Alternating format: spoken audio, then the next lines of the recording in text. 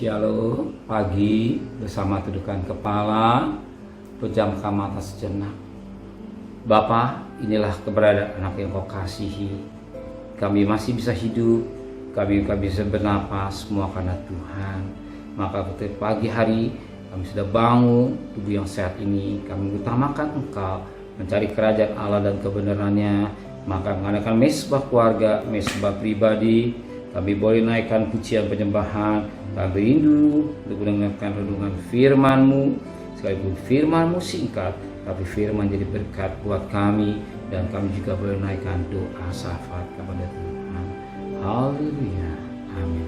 Shalom, pagi, mari sama-sama kita akan membaca firman Tuhan.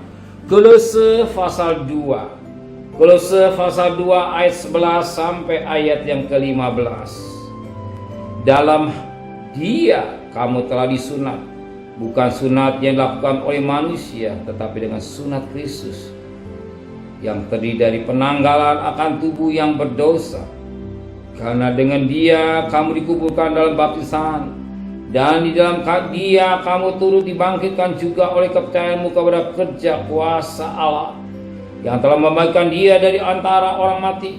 Kamu juga meskipun dahulu mati oleh pelanggaranmu, dan oleh karena tidak disunat salahiriah, telah dihidupkan Allah bersama-sama dengan Yesus sesudah Ia mengampuni segala pelanggaran kita, dengan menghapuskan surat hutang yang oleh ketentuan Tuhan hukum yang mendakwa dan mengancam kita, dan itu ditiadakannya dengan memakukannya pada kayu salib.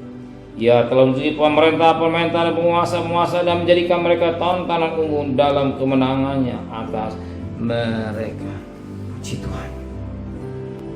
Patut kita berterima kasih kepada Tuhan karena kematian. Karena kematian.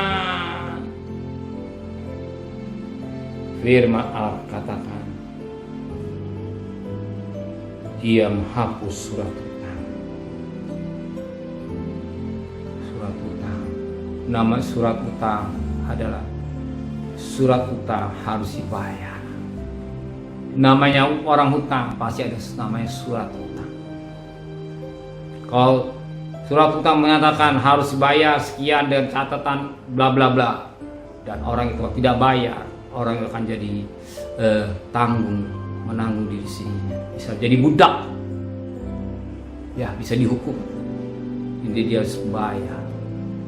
Katakan firman Allah pada ayat yang ke-14, dengan menghapuskan surat hutang yang oleh ketentuan hukum mendakwa dan mengancam kita, dan ditiadakannya dengan memakunya pada kayu salib.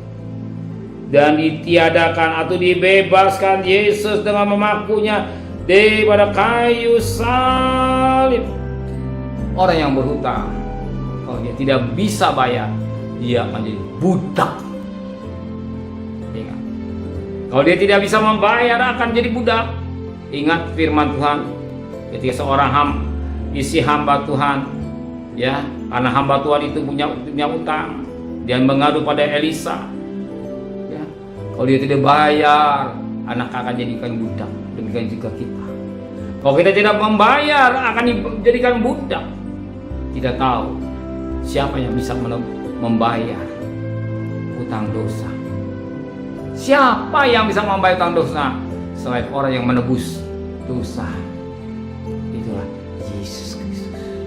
Mestinya kita masuk dalam neraka atau mestinya kita di kayu salib, tapi Dia sebagai pembela kita digantikan oleh Dia. Kita disalib turunkan, tapi Dia yang disalib. Itu ditiadakan pada kayu salib.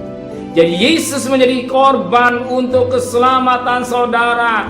Yesus jadi korban untuk membayar utang saudara. Siapa yang sanggup membayar utang dosa? Tidak ada.